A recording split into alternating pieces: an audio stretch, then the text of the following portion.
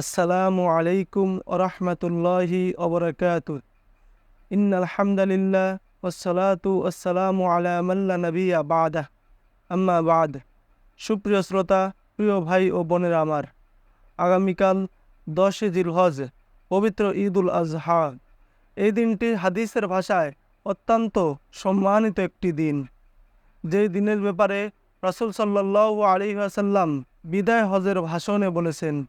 অতএব আমরা সকলেই এই দিনের সম্মান রক্ষা করার চেষ্টা করব এবং আমরা সকলেই শরীয়তসম্মতভাবে এই দিনে আনন্দ করব এবং আমাদের এই আনন্দটি শুধু আমাদের নিজেদের মধ্যেই আবদ্ধ রাখব না, বরং আমাদের পাড়া প্রতিবেশী, আত্মীয় স্বজন, বন্ধু এবং অনাথ মিসকিনদের সাথেও আমাদের এই আনন্দটা আমরা ভাগাভাগি করব।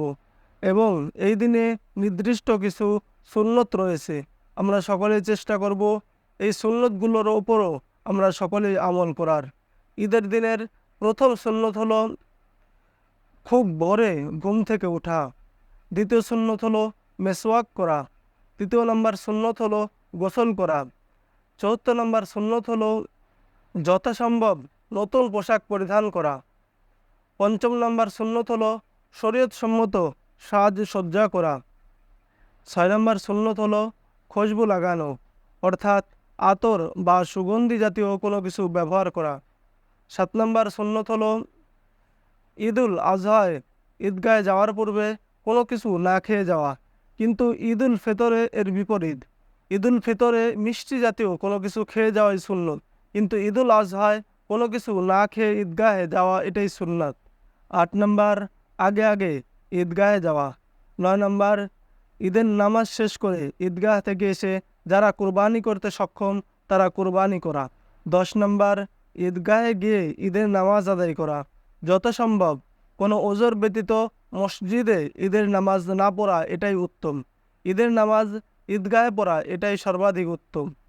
9 নম্বর পায়ে হেঁটে ঈদগাহে যাওয়া। পায়ে হেঁটে ঈদগাহে যাওয়া এটাও সুন্নত। আমরা অনেকে ঈদগাহে যাওয়ার ক্ষেত্রে গাড়ি অথবা অন্য কিছু ব্যবহার করি। যদি রাস্তা দূরে হয়, অনেক দূরে হয়, এটার হিসাব আলাদা। তবে যদি নিকটে হয়, তবে আমরা চেষ্টা করব পায়ে হেঁটে ঈদগাহে যাওয়ার, কারণ পায়ে হেঁটে ঈদগাহে যাওয়া এটা একটি সুন্নত।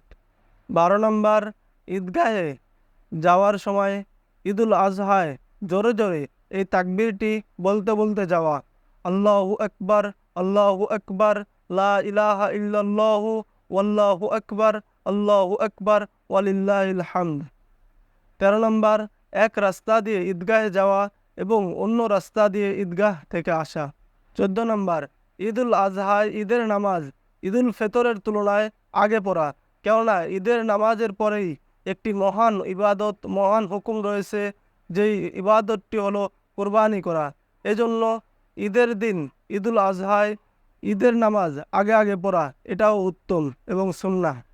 অতএব প্রিয় ভাইয়ের আমার, আমরা সকলে চেষ্টা করব ঈদের দিন এই সুন্নতগুলোর ওপর আমল করার এবং সাথে সাথে শরীয়তসম্মতভাবে আনন্দ করার।